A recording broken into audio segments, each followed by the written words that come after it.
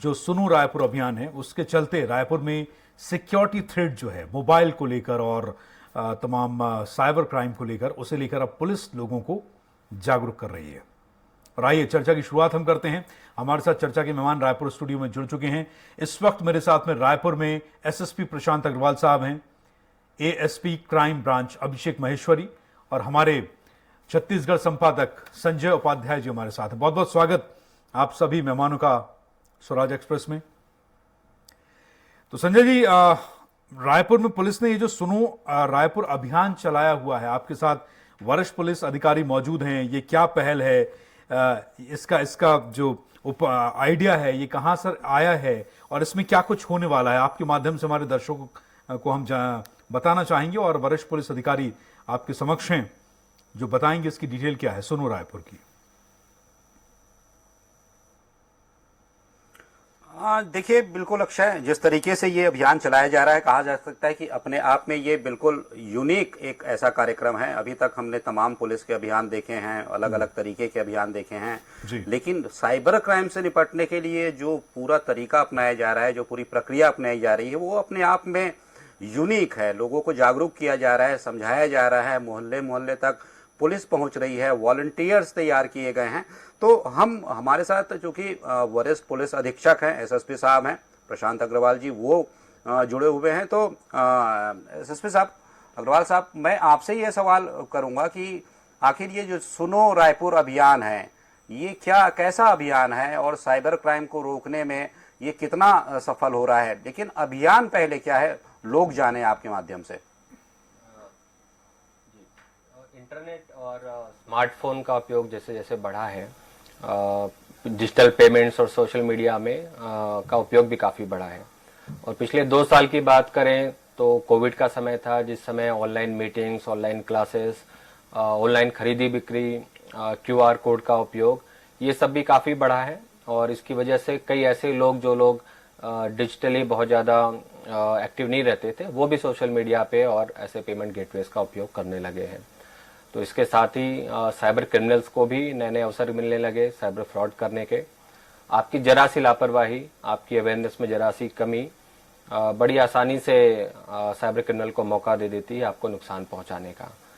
और हमारा ये अभियान उसी दिशा में है कि हम लोगों को जागरूक बनाएं, लोगों को अवेयर करें कि किस तरीके से थोड़ी सी सावधानी बरत करके, थोड़ा सा अलर्ट रह करके बचा जा सकता है। इस अभियान का नाम हमने दिया है सुनो रायपुर।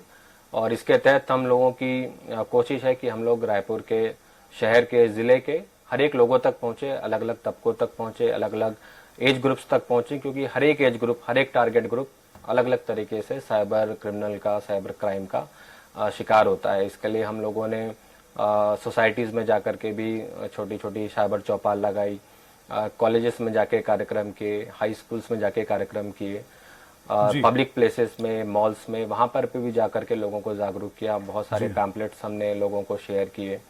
इसके अलावा कुछ हमने शॉर्ट मूवीज भी बनाई जिसके माध्यम से हम लोगों को अवेयरनेस का संदेश दे सके। तो हर तरीके से हमने कोशिश करी कि लोगों तक ये मैसेज पहुंचाएं। हमारा साथ पुलिस टीम के अलावा शहर के 400 वॉलंटियर्स भी इसमें हमारे साथ हुए हैं, जिनको हम लोगों ने थोड़ी सी ट्रेनिंग दी, जिसके साथ वो पुलिस के साथ कंधे से कंधा मिला करके वो भी लोगों को जागरूक कर रहे हैं। ठीक है सर। अभिषेक महेश्वरी जी हमारे साथ हैं और आप एएसपी क्राइम ब्रांच हैं। महेश्वरी साहब, ये साइबर क्राइम जो अभी हो रहा है, इसमें साइबर फ्रॉड जो है वो अभी कोई नया ट्रेंड चला है? क्योंकि हम देखते हैं कि हर चीज का एक ट्रेंड होता है। हमने साइबर ठगी देखी है, हमने लोगों को साइबर थ्रेट्स देखे हैं। तो दर्शकों को आप एडुकेट करें अभिषेक महेश्वरी जी कि अभी ये ट्रेंड चेंज कैसे हुआ है और क्या कुछ नए साइबर फ्रॉड हैं जो अभी आप लोगों के नॉलेज में आ रहे हैं, जिस पर आप प्रतिबंध लगाने के लिए स्ट्रेटेजीज बना रहे हैं? पहले जो साइबर फ्रॉड होता था, बेसिकली उसमें जो साइबर फ्रॉड करने वाला है वो फोन करके आपसे आपके एटीएम कार्ड का नंबर पूछता था, वो आपसे आपका ओटीपी पूछता था। धीरे धीरे लोग इस चीज के लिए अवेयर होने लगे और वो एटीएम कार्ड का नंबर, ओटीपी जो अपना है वो देना बंद कर दिए। तो साइबर क्रिमिनल्स ने नया तरीका निकाल लिया है साइबर फ्रॉड करने का। आजकल वो आपको लिंक भेजते हैं, जिसे हम लोग लिंक फ्रॉड भी कहते हैं। वो लिंक के माध्यम से आपके खातों से पैसे निकाल लेते हैं।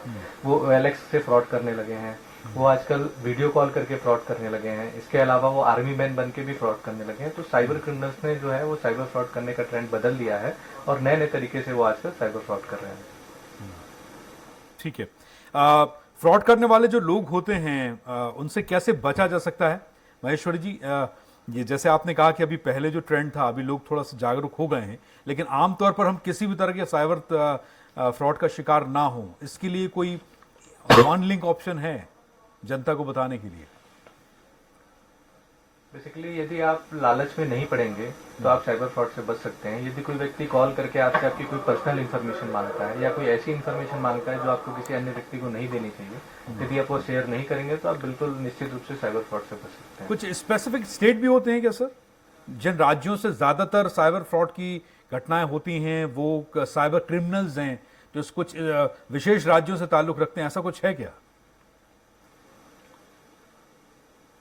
बेसिकली 3-4 स्टेट्स हैं ऐसे। राजस्थान है जहाँ का जो मेवात और नू का इलाका है, वहाँ से जो फ्रॉड होता है बेसिकली हम लोग उसको सेक्सटॉर्शन कहते हैं। इसके अलावा झारखंड का देवघर जामताड़ा इलाका है जहाँ से लिंक फ्रॉड, एटीएम वाले फ्रॉड होते हैं। इसके अलावा जो लॉटरी लगाने के नाम पर फ्रॉड होते हैं, बेसिकली वो केबीसी के नाम पे मैसेज आ रहे हैं, वो पाकिस्तान से आते हैं। इसके अलावा यदि नौकरी लगाने के नाम पर या फिर इंश्योरेंस जो फ्रॉड हो रहे हैं, बेसिकली दिल्ली और नोएडा इलाकों से होते हैं।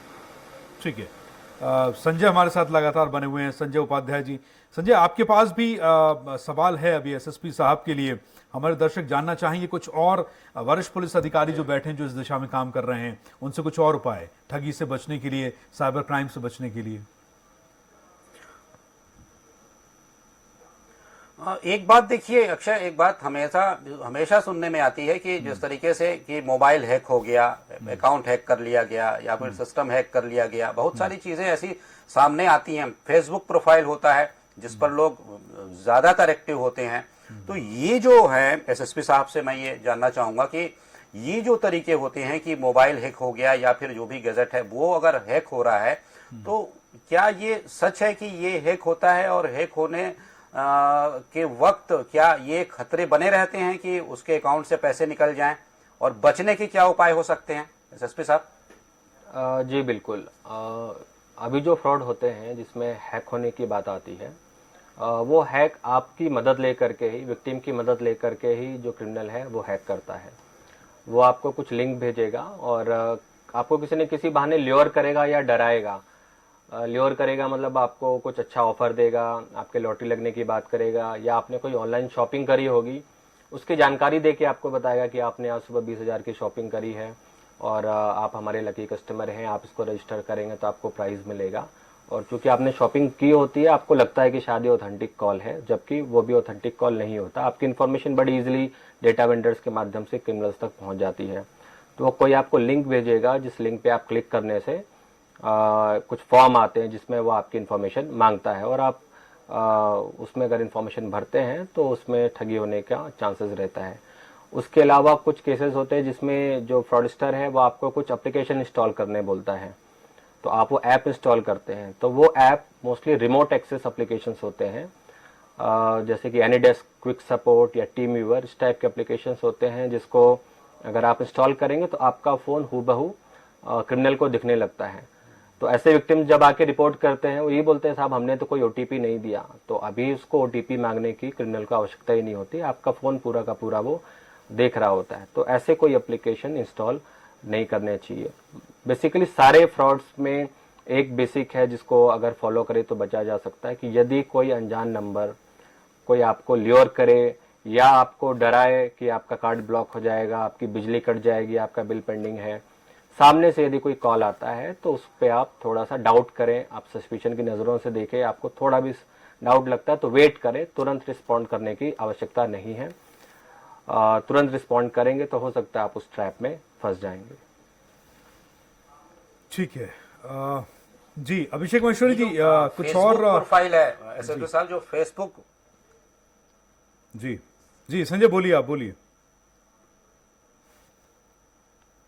हाँ, मैं ये पूछ रहा था एसएसपी साहब से, जो कि बात चल रही है और बहुत से ऐसे लिंक आ रहे हैं। अभी कुछ देर पहले ही मेरी अग्रवाल साहब से चर्चा हो रही थी ऑफिस में बैठकर कि जो लिंक आते हैं, क्या उसको टच करने से, खोल देने से ही वो खतरा पैदा हो जाता है, या फिर उसके भीतर और भी जो प्रक्रियाएं होती हैं वो करने से होता है?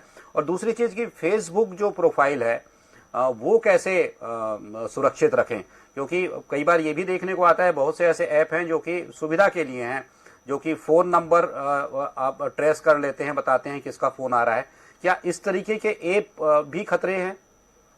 नहीं, आप जिन ऐप की बात कर रहे हैं नंबर देखने के लिए, वो ऐसा खतरा नहीं है। लेकिन जब आप फ़ोन में कोई भी एप्लीकेशन इंस्टॉल करते हैं तो वो आपकी बहुत सारी इन्फॉर्मेशन जो ऐप वाली कंपनी है उसके पास जाती है। वो ऐप वाली कंपनी यदि ट्रस्टेड कंपनी है तो मोस्टली आपका डेटा का मिसयूज़ होने की गुंजाइश नहीं रहती है। लेकिन फेसबुक की जो बात करें, फेक प्रोफाइल की बात आपने की, तो फेसबुक प्रोफाइल फेक बनाने के लिए कई बार ऐसा होता है कि आप बहुत सारी इन्फॉर्मेशन आपने फेसबुक पे शेयर करी हुई है जो पब्लिक है, तो उसको देख करके सिमिलर प्रोफाइल जो क्रिमिनल है जनरेट कर लेता है वो, और आपके उनके फ्रेंड से वो कांटेक्ट करता है किसी न किसी माध्यम से, फिर उनसे पैसे मांगता है या उनसे कुछ बातें करता है। तो इस तरीके से फेक आईडी भी बन जाती है, और वो तब बनती है जब आपकी ज़्यादातर इन्फॉर्मेशन पब्लिक होती है। तो आपको अपनी प्रोफाइल लॉक रखनी चाहिए और लिमिटेड इन्फॉर्मेशन पब्लिक में डालनी चाहिए। डॉक्टर, मैं अभिषेक महेश्वरी जी, आपसे एक सवाल मेरा ये है, ये इंस्टेंट लोन करके आजकल हर जगह जो है एक नए तरह का मैसेज जो है वो टेक्स्ट मैसेज में आएगा, कभी साइबर इस पर जो है आपके व्हाट्सएप पर कुछ लोग हैं जो आपको ग्रुप में ऐड कर लेते हैं या आपको लिंक सेंड करते हैं, कुछ लॉटरी को लेकर मैसेजेस भेजे जाते हैं। तो इस तरह का जो क्राइम हो रहा है व्हाट्सएप पर, अभिषेक महेश्वरी जी, इस तरह के क्राइम पर रोक लगाने के लिए क्या सरकारें ऐसे लोगों पर नजर रखने के लिए किसी तरह के रडार्स हैं? बेसिकली प्ले स्टोर पे ऐसे बहुत सारे एप्लीकेशन अवेलेबल हैं जो कि इंस्टेंट लोन देने की बात करते हैं। तो ये जो फ्रॉड करने वाले लोग होते हैं वो सबसे पहले प्ले स्टोर पे अपने एप्लीकेशन को जो है रजिस्टर्ड कराते हैं। यदि किसी व्यक्ति को 10,000, 20,000 या 50,000 रुपए लोन की जरूरत है, उनके पास बहुत सारे ऐसे मैसेजेस भी आते हैं कि आप इस लिंक को क्लिक करके इंस्टेंट लोन ले सकते हैं। जैसे वो व्यक्ति वो एप्लीकेशन डाउनलोड करता है तो उसको अपनी कुछ पर्सनल इन्फॉर्मेशन वहाँ पे शेयर करनी होती है। जैसे ही वो इन्फॉर्मेशन शेयर करता है उसको वो लोन सैंक्शन हो जाता है, और लोन सैंक्शन करते समय अराउंड 33% अमाउंट वो डिडक्ट कर लेते हैं। और ऐसे लोन बेसिकली 24 घंटे, 48 घंटे या 72 घंटे के लिए दिए जाते हैं। और जब आप एप्लीकेशन डाउनलोड करते हैं तो आपका पूरा कॉन्टैक्ट जो है वो सामने एप्लीकेशन में सेव हो जाता है। तो 72 घंटे बाद लोन देने वाली कंपनी आपको कॉन्टेक्ट करती है कि आपने जो लोन लिया था आप उसको रीपे करिए, और वो नॉर्मली जो अमाउंट सैंक्शन करते हैं उससे डबल अमाउंट का डिमांड करते हैं। यदि आप पैसा वापस नहीं लौटाते हैं तो वो आपके कांटेक्ट पे जितने भी लोग हैं उनको मैसेज करने की बात करते हैं। एक तरह से डराते धमकाते हैं कि यदि आप पैसा नहीं देंगे तो आपके जो जितने भी कांटेक्ट के लोग हैं उनको हम बताएंगे कि आपने लोन लेके पैसा नहीं लौटाया है।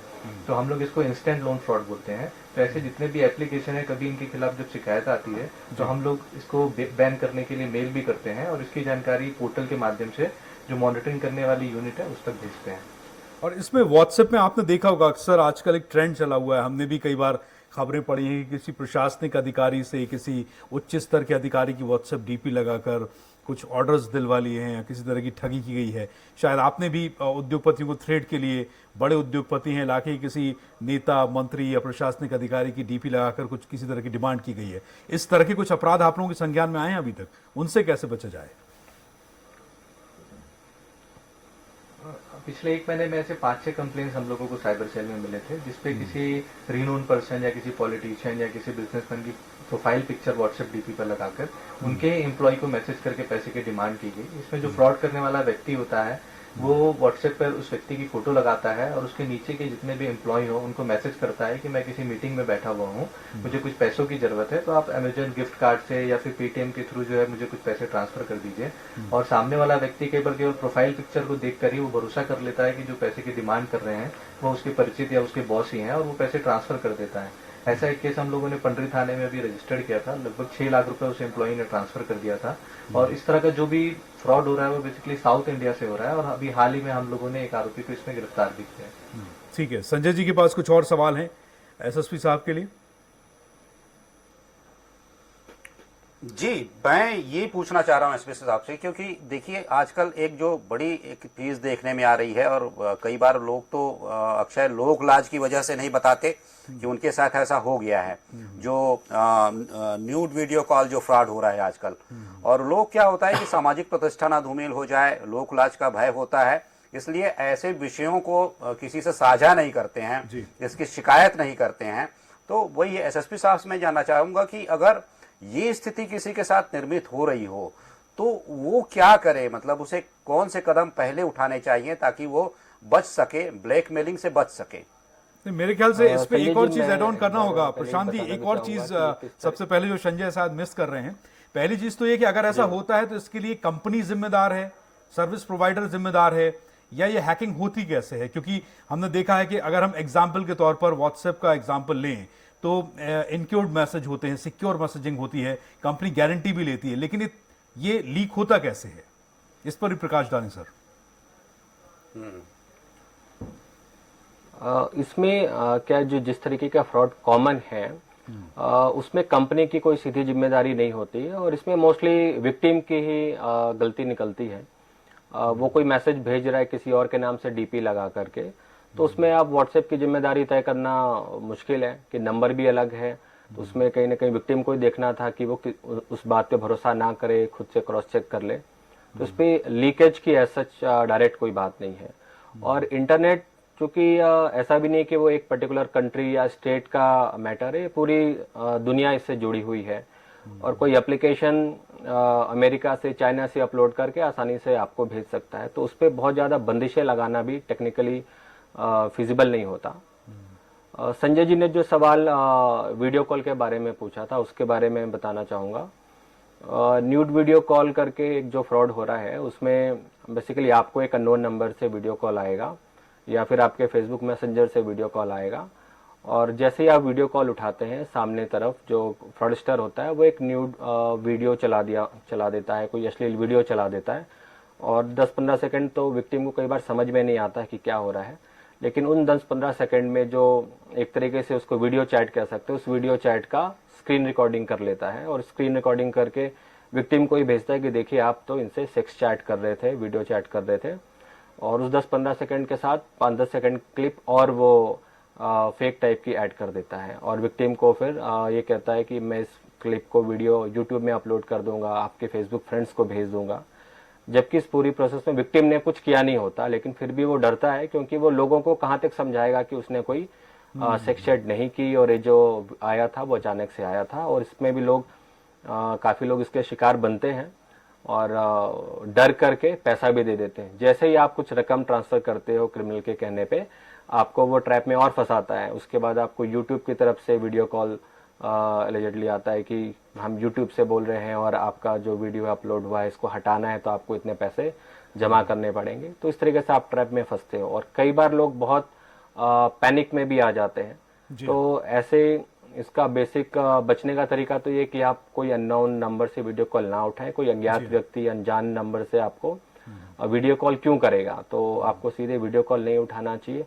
और यदि ऐसा हो जाता है तो आप बिल्कुल पुलिस में रिपोर्ट करें, पुलिस विल सपोर्ट यू, और घबरा करके उसको पैसे जमा ना करें। पैसे आप जमा नहीं करेंगे तो वो कुछ खास नहीं कर पाएगा, और आपने चूंकि कुछ किया भी नहीं है तो इसमें इतनी डरने वाली बात नहीं है। ठीक है सर, बहुत बहुत शुक्रिया अभिषेक महेश्वरी जी, प्रशांत अग्रवाल जी, आपने अपना कीमती समय हमें दिया। संजय, आपका भी बहुत बहुत शुक्रिया, और हमारी शुभकामनाएं आपको अभिषेक महेश्वरी जी, प्रशांत अग्रवाल जी, कि आप सुनो रायपुर अभियान जो चला रहे हैं साइबर थ्रेट और सिक्योरिटी के लिए, फ्रॉड से बचने के लिए, जनता को इससे बहुत मदद मिलेगी और इस तरह के अपराधों पर लगाम लगेगी। बहुत बहुत शुक्रिया आप सभी का। छत्तीसगढ़ की हर छोटी बड़ी खबर से अपडेट रहने के लिए सब्सक्राइब कीजिए CG स्वराज।